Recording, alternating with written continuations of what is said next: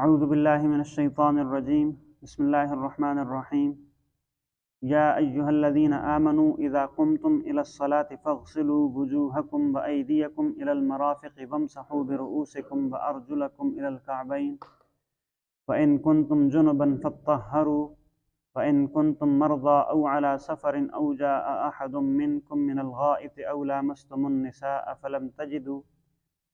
Film تجدوا ماء فتيمموا صعيدا طيبا فامسحوا بوجوهكم وأيديكم منه ما يريد الله ليجعل عليكم من حرج ولكن يريد ليطهركم وليتم نعمته عليكم لعلكم تشكرون واذكروا نعمة الله عليكم وميثاقه الذي واثقكم به إذ قلتم سمعنا وأطعنا واتقوا الله إن الله عليم بذات الصدور صدق الله العظيم.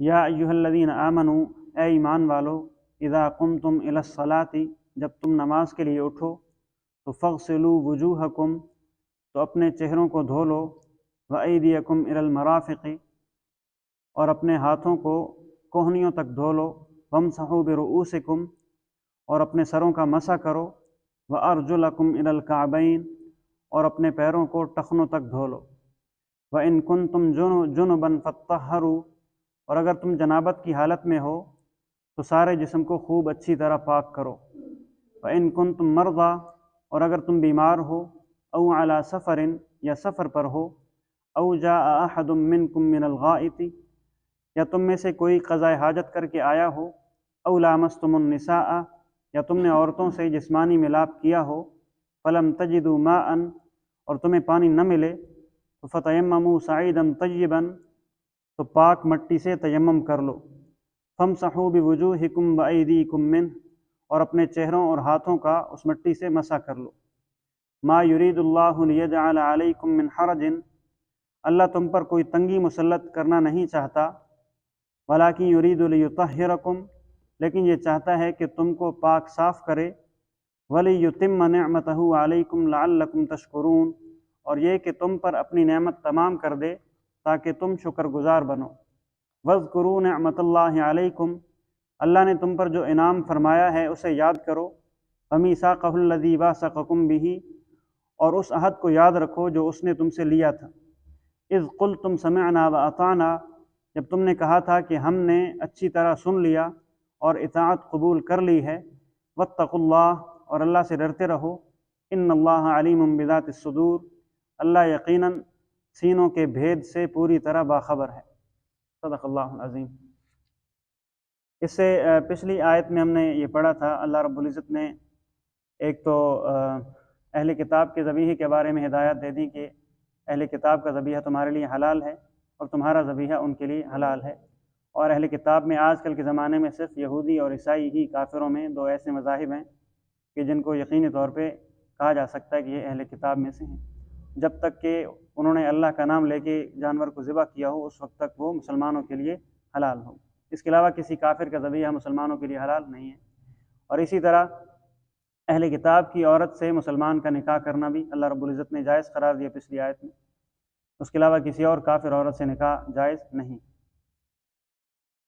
آج کے درس میں اللہ رب العزت نے یہاں سے چونکہ اچھی غذا اس سے کیا ہوتا ہے، انسان کے اخلاق پاکیزہ ہوتے ہیں، باطنی طہارت حاصل ہوتی ہے. اسی طرح عبادات سے بھی باطنی طہارت حاصل ہوتی ہے. چنانچہ پچھلی آیات میں اللہ رب العزت نے غذا کو پاکیزہ رکھنے کے بارے میں ہدایات جتنی ضروری تھیں وہ دے دیں. یہاں سے عبادات کے بارے میں ہدایات شروع ہوتی ہیں، اور عبادات میں سے سب سے جو بنیادی عبادت ہے وہ نماز ہے. اور نماز کے لیے بنیادی شرط کیا ہے؟ وضو کرنا. تو اس آیت میں جو پہلی آیت ہے اس میں اللہ رب العزت نے سب سے پہلے وضو کے فرائض کو ذکر کر دیا. چنانچہ اللہ فرماتے ہیں کہ اذا قمتم الی الصلاۃ فاغسلوا وجوہکم وایدیکم الی المرافق وامسحوا برؤوسکم وارجلکم الی الکعبین، کہ جب بھی تم نماز کے لیے کھڑے ہو، نماز کا ارادہ کرو، تو تم اپنے چہروں کو دھو لو، اپنے ہاتھوں کو کوہنیوں تک دھو لو، اور اپنے سروں کا مسح کر لو، اور اپنے پیروں کو ٹخنوں تک دھو لو، ٹخنوں سمیت دھو لو. یہ اس آیت میں اللہ رب العزت نے وضو کے 4 فرائض ذکر کر دی. سب سے پہلا فرض کیا ہے؟ اپنے چہروں کو دھونا. اور چہرے کی حدود کیا ہے جس کا دھونا ضروری ہے؟ پیشانی کے بالوں سے ٹھوڑی کے نیچے تک، اور ایک کان کی لو سے دوسرے کان کی لو تک، یہ چہرے کی حدود ہیں وضو میں اس کا دھونا ضروری۔ اگر خاص طور پہ جلدی میں جو لوگ وضو کرتے ہیں تو کانوں کا جو گرد کا جو حصہ ہوتا ہے یہ والا اکثر خشک رہ جاتا ہے، یا ٹھوڑی کے نیچے وہ اچھی طرح جو ہے وہ پانی نہیں پہنچاتے، تو اس سے پھر وضو نہیں ہوگا، وضو نہیں ہوگا تو ظاہر نماز بھی نہیں ہوگی۔ تو پہلا فرض کیا ہے وضو کا؟ پورے چہرے کو اچھی طرح دھونا۔ دوسرا فرض ہے دونوں ہاتھوں کو کوہنیوں سمیت دھونا۔ اس میں کوہنیوں کے دھونے میں عام طور پہ لوگ جو ہے وہ لاپرواہی کا مظاہرہ کرتے ہیں، کوہنیاں اکثر خشک رہ جاتی ہیں، تو کوہنی کا دھونا بھی ضروری ہے، فرض ہے، اگر خشک رہے گی کوہنی تو وضو نہیں ہوگا۔ اور تیسرا فرض ہے سر کا مسح کرنا۔ یہاں پہ صرف یہ کہہ دیا سر کا مسح کرنا، اس کی حدود نہیں بتائی گئی۔ احادیث سے سمجھ میں آتا ہے کہ چوتھائی سر کا مسح کرنا کیا ہے؟ فرض۔ چوتھائی سر، ایک ہاتھ کے نیچے جتنے حصہ آ جائے اس کو چوتھائی سر کہیں گے اس کا مسح کرنا فرض ہے، اور پورے سر کا مسح کرنا سنت۔ اگر کسی نے بالکل مسح کیا ہی نہیں تو اس کا وضو نہیں ہوگا۔ اور چوتھا فرض ہے دونوں پیروں کو ٹخنوں سمیت دھونا۔ ایک دفعہ حضور علیہ السلام نے کچھ لوگوں کو دیکھا کہ ان کی ایڑیاں وضو کرنے کے بعد خشک تھیں، تو حضور علیہ السلام نے بڑی بلند آواز سے ان کو فرمایا کہ ویل للاعقاب من النار اسبغوا الوضو، کہ تمہارے لیے آگ سے ہلاکت ہو جن لوگوں کی ایڑیاں جو ہے وہ خشک رہ گی، وضو کو اچھی طرح کرو۔ 3 دفعہ یہ بات فرمائی۔ تو ایڑیاں جو ہے وہ اکثر نوجوان خاص طور پہ جب جلدی جلدی وضو کرتے ہیں تو ایڑیاں خشک رہ جاتی ہیں، تو بڑی جو ہے وہ اہتمام کے ساتھ اور بڑی توجہ کے ساتھ جو ہے وہ پیر دھونے چاہیے، ایڑیوں کو اور ٹخنوں کو اچھی طرح دھونا چاہیے تاکہ وضو جو ہے وہ پورا ہو جائے۔ اور اس میں یہ بات بھی ذہن میں رہے کہ یہ جو 4 اعضاء ہیں چونکہ یہ فرض ہیں، تو اگر ان چاروں اعضاء پہ کوئی چیز ایسی لگی ہوئی ہے کہ جس کی وجہ سے پانی جلد تک نہیں پہنچتا تو پھر بھی وضو نہیں ہوگا۔ جیسے مثال کے طور پہ کسی خاتون نے ناخنوں پر نیل پالش لگائی ہوئی ہے تو اس سے وضو نہیں ہوگا، ظاہر ہے کہ چونکہ پانی ناخنوں تک نہیں جائے گا۔ یا اسی طرح کوئی پینٹ وغیرہ ایسا لگا ہے کہ اس کی بالکل ایک سطح بن جاتی ہے، یا آٹا وغیرہ ہے اس کی سطح بن گئی ہے جسم کے اوپر، تو اگر پانی نہیں پہنچے گا تو وضو نہیں ہوگا۔ اسی طرح اگر کسی نے انگوٹھی پہنی ہوئی ہے اور وہ انگوٹھی بالکل تنگ ہے اور بالکل ساتھ چپکی ہوئی ہے تو اس کے نیچے اگر پانی نہیں پہنچے گا تو وضو نہیں ہوگا، اس لیے اس کو اچھی طرح ہلا جلا لینا چاہیے۔ گھڑی اگر کسی نے پہنی ہوئی ہے، بہت تنگ ہے گھڑی، تو اس کو بھی اچھی طرح ہلا لینا چاہیے تاکہ پانی اندر پہنچے، اور اگر ہلانا ممکن نہ ہو تو اس کو بالکل پھر اتار کے رکھ دینا چاہیے تاکہ وضو جو ہے وہ ہو جائے، وضو میں کوئی کمی باقی نہ رہے۔ اس کے علاوہ باقی جو وضو میں اعمال کیے جاتے ہیں وہ سارے کچھ سنتیں ہیں، کچھ مستحب ہیں۔ ہاتھوں کو 3 دفعہ شروع میں دھونا، پھر کلی کرنا، ناک میں پانی ڈالنا، پورے سر کا مسح کرنا، دائیں طرف سے شروع کرنا، ہر عضو کو 3 دفعہ دھونا۔ سر کے مسح کے علاوہ سر کا مسح پورے سر کا ایک ہی دفعہ کرنا سنت ہے، 3 دفعہ کرنا یہ خلاف سنت۔ باقی اعضاء کو 3 دفعہ دھونا یہ سنت۔ مسواک کرنا بھی وضو کی سنتوں میں سے ایک سنت ہے۔ تو اس کے بعد اللہ رب العزت فرماتے ہیں وَإِن كُنتُمْ جُنُبًا فَطَّهِّرُوا، کہ اگر تم حالت جنابت میں ہو تو پھر اچھی طرح طہارت حاصل کر لو۔ یعنی آیت کے پہلے حصے میں اللہ رب العزت نے حد سے اصغر سے پاکی حاصل کرنے کا طریقہ بتا دیا۔ حد سے اصغر مطلب وضو کا نہ ہونا، اس کو حد سے اصغر کہتے ہیں، اور غسل واجب ہو تو اس کو کہتے ہیں، اس کو حد سے اکبر لاحق ہو گیا۔ تو اس جملے میں اللہ رب العزت نے حد سے اکبر سے پاکی حاصل کرنے کا حکم دے دیا کہ اگر تم حالت جنابت میں ہو تو پھر تم غسل کر لو۔ حالت جنابت لاحق ہونے کی مختلف صورتیں ہو سکتی ہیں، یا تو مرد اور عورت کا ملاپ ہوا، یا یہ کہ نیند کی حالت میں احتلام ہو گیا، یا بیداری کی حالت میں، شہوت کی حالت میں جب مادہ منویہ اگر خارج ہوتا ہے تو بھی غسل فرض ہو جاتا ہے۔ اور پھر غسل کے بھی 3 فرض ہیں، کلی کرنا اچھی طرح، ناک میں پانی ڈالنا، ناک کی جو ہے نرم ہڈی تک پانی پہنچانا، یہ دوسرا فرض ہے۔ اور تیسرا فرض کیا ہے؟ پورے جسم پہ پانی یوں بہانا کہ جسم کا کوئی حصہ بال برابر بھی خشک نہ رہے۔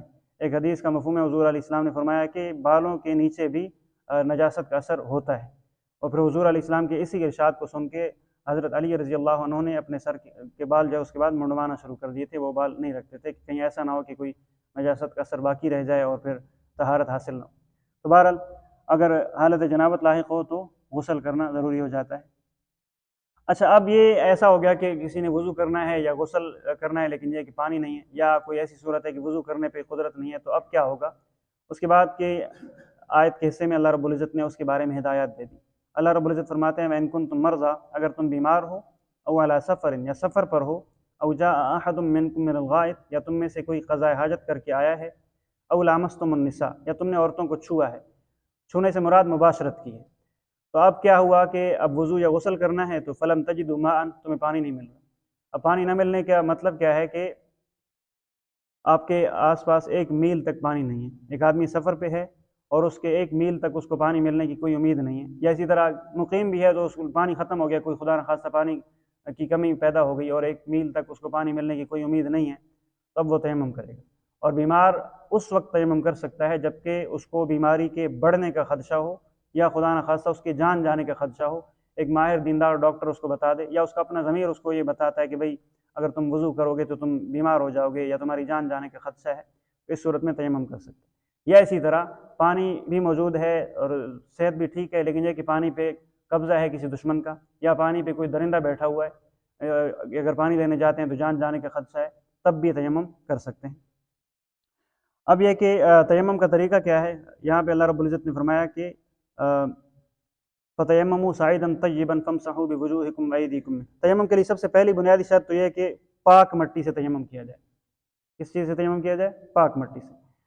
مٹی یہاں پہ ذکر کر دیا اللہ رب العزت نے، مراد اس سے جتنی بھی چیزیں مٹی کی جنس میں سے ہیں سب سے تیمم کیا جا سکتا ہے، چاہے ریت ہے، سیمنٹ ہے، چونا ہے، اینٹ ہے، ان ساری چیزوں سے تیمم کیا جا سکتا ہے۔ اس کے علاوہ جو دھاتیں ہیں، لوہا، سونا، چاندی وغیرہ، ان سے تیمم نہیں کیا جا سکتا، البتہ اگر ان چیزوں کے اوپر گرد و غبار لگی ہوئی ہو تو پھر اس سے تیمم کر سکتے ہیں، لیکن مٹی کا پاک ہونا جو ہے شرط ہے۔ اچھا، یہ اس میں ایک فرق ہے نماز اور تیمم کے بارے میں کہ اگر کوئی جگہ ناپاک تھی پھر وہ خشک ہو گئی تو اس کے اوپر نماز پڑھی جا سکتی ہے، لیکن تیمم اس سے نہیں کیا جا سکتا۔ جب کہ کسی جگہ کے بارے میں یقینی طور پہ معلوم ہو کہ یہاں پہ نجاست تھی، پھر وہاں نہیں کرنا چاہیے۔ اگر بظاہر کوئی اثرات نہیں ہیں نجاست کے تو پھر زیادہ تحقیق میں پڑھنے کی کوئی ضرورت نہیں، تیمم کر لینا چاہیے۔ اب تیمم کا طریقہ کیا ہے؟ اللہ رب العزت نے فرمایا فَامْسَحُوا بِوُجُوهِكُمْ وَأَيْدِيكُمْ، اپنے چہروں کا مسح کرو اور اپنے ہاتھوں کا مسح کرو۔ تیمم میں سب سے پہلی جو بنیادی شرط ہے وہ کیا ہے؟ مٹی کا پاک ہونا۔ دوسری شرط اور دوسرا جو رکن ہے تیمم کا، بلکہ پہلا رکن، یہ تو شرط ہے کہ مٹی پاک ہو، تیمم کے 2-3 رکن ہیں۔ پہلا رکن کیا ہے کہ نیت کی جائے تیمم سے پاکی حاصل کرنے کی، کیونکہ پانی تو پاکی حاصل کرنے کا ذریعہ ہے، اس لیے اب آپ اس سے وضو کر رہے ہو تو آپ نے نیت نہیں بھی کی، وضو آپ کا ہو جائے گا۔ آپ نے نہر میں چھلانگ لگائی، آپ کا وضو ہو جائے گا۔ لیکن یہ کہ مٹی چونکہ پاکی حاصل کرنے کا ذریعہ بنیادی طور پہ نہیں ہے، لیکن یہ کہ مجبوری کی حالت میں اب چونکہ انسان تیمم کر رہا ہے، اس سے پاکی حاصل کر رہا ہے، تو اس لیے تیمم کے وقت نیت کرنا ضروری ہے۔ یعنی ایسا نہیں کہ ایک آدمی مٹی میں گرا اور اس کا تیمم ہو جائے، ایسا نہیں ہوگا، بلکہ باقاعدہ نیت کرنا ضروری ہوگا تیمم کے لیے۔ اس کے بعد دوسرا رکن کیا ہے؟ 2 ضربیں۔ پہلی ضرب مار کے اس کے بعد چہرے کا مسح کیا جائے اور چہرے کی ان ساری حدود کا مسح کیا جائے جو وضو میں جن کا دھونا ضروری۔ مسح میں بھی تیمم کے لیے، تیمم کے مسح میں چہرے کی وہی حدود ہیں جو وضو میں دھونے کے لیے طے شدہ ہیں، اور کوئی جگہ باقی نہ رہے مسح سے۔ اور دوسری ضرب مار کے دونوں ہاتھوں کا مسح کیا جائے گا، اور یوں یعنی پہلے بائیں ہاتھ سے دائیں ہاتھ کا مسح کیا جائے گا، یوں نیچے سے آپ لے کے آئیں گے ہاتھ اور پھر اوپر سے یوں واپس لے آئیں گے۔ اسی طرح پھر اس کے بعد دائیں ہاتھ سے بائیں ہاتھ کا مسح کریں گے، نیچے سے یوں لائیں گے اور اوپر سے واپس لے آئیں گے، یعنی کوئی جگہ جو ہے وہ خالی نہ رہے مسح سے، پورا یعنی جسم مس کرنا چاہیے سارے حصے کو۔ یہ 2 ضربیں ہیں، پہلی ضرب سے چہرے کا مسح، دوسری ضرب سے دونوں ہاتھوں کا مسح۔ اور اگر مٹی زیادہ ہاتھوں میں لگ جائے تو ہاتھوں کو جھاڑ بھی سکتے ہیں، یعنی مٹی کا ملنا منہ پہ ضروری نہیں ہے، خالی مسح کرنا کافی۔ تو یہ تیمم کا طریقہ ہو گیا۔ اور پھر یہ کہ اگر کسی نے وضو کرنا ہو اس کے لیے بھی تیمم کافی ہے، غسل کرنا ہو، پانی نہ ہو یا بیماری ہو یا کوئی اور عارضہ لاحق ہو تو اس کے لیے بھی تیمم کا یہی طریقہ ہے، دونوں کے لیے کوئی الگ الگ طریقہ نہیں ہے۔ اور پھر تیمم سے ہر قسم کی وہ عبادت کی جا سکتی ہے جو وضو اور غسل کر کے انسان عبادت کر سکتا ہے۔ اس کے بعد اللہ رب العزت فرماتے ہیں ما یرید اللہ لیجعل علیکم من حرج ولکن یرید لیطہرکم، کہ اللہ رب العزت تمہارے لیے کوئی تنگی پیدا نہیں کرنا چاہتے، یعنی اگر اللہ رب العزت چاہتے تو یہ لازم کر سکتے تھے کہ بھئی نہیں، ہر حال میں وضو ہی کرنا ہے، بیمار ہے تب بھی وضو کرے، سفر پہ ہے پانی نہیں مل رہا تب بھی وضو کرے۔ اللہ رب العزت چاہتے تو یہ حکم دے سکتے تھے، یا اللہ رب العزت چاہتے تو تیمم غسل کے لیے تیمم کی کوئی اور مشکل صورت کا حکم دے سکتے تھے، لیکن اللہ رب العزت نے ایسا نہیں کیا، بلکہ اللہ رب العزت نے یہ سہولت پیدا کر دی۔ اللہ رب العزت آسانی پیدا کرنا چاہتے ہیں اور یہ چاہتے ہیں کہ تم بس پاکی حاصل کرو، جس صورت میں جس طریقے سے بھی حاصل کر سکتے ہو۔ پانی سے پاکی حاصل کرنا ممکن نہیں ہے تو چلو مٹی سے تیمم کر کے حاصل کر لو۔ اور جو دوسری آیت ہے اس میں اللہ رب العزت نے اپنی نعمتوں کو یاد دلایا کہ میں نے تمہارے اوپر اتنی نعمتیں کی ہیں، اتنی سہولیات پیدا کی ہیں، ان نعمتوں کو یاد کرو، اور اس کے ساتھ ساتھ جو وعدہ تم نے اللہ سے کیا ہوا ہے اس وعدے کو بھی یاد کرو اور وعدہ پورا کرو۔ وعدہ کیا ہے؟ انسان جب بھی کلمہ پڑھتا ہے، جب بھی اسلام میں داخل ہوتا ہے تو وہ اللہ سے وعدہ کر لیتا ہے کہ میں آپ ہی کو معبود مانوں گا اور آپ کے سارے حکموں کو پورا کروں گا، اور آپ نے جن چیزوں سے منع کیا میں ان سے رکوں گا۔ یہ وعدہ کرتا ہے انسان کہ اس قل تم سمعنا واطعنا، کہ جب تم نے یہ کہا تھا کہ ہم نے آپ کے حکموں کو سن لیا اور ہم اطاعت کریں گے۔ کلمہ پڑھنے کا یہی مطلب ہوتا ہے، جب ہم کلمہ پڑھتے ہیں اپنے مسلمان ہونے کا اقرار کرتے ہیں تو اس کا یہی مطلب ہوتا ہے کہ ہم اللہ کے حکموں کو سن کر ماننے کا وعدہ کر رہے ہوتے ہیں۔ تو اللہ رب العزت فرماتے ہیں کہ میری نعمتوں کو بھی یاد کرو اور اس وعدے کو بھی یاد کرو۔ میری نعمتوں کا اور اس وعدے کا تقاضا یہ ہے کہ واتقوا اللہ، تم اللہ سے ڈرتے رہو، اللہ سے ڈرتے رہو اور اللہ کے حکموں کو پورا کرتے رہو، کیونکہ اللہ رب العزت دلوں کے بھیدوں کو بھی جانتے ہیں۔ تم دل سے عمل کرو گے یا دل سے عمل نہیں کرو گے، اللہ رب العزت خوب جانتے ہیں، اور تمہیں اس چیز کا پھر حساب اپنے اعمال کے مطابق دینا پڑے گا۔ صدق اللہ العظیم۔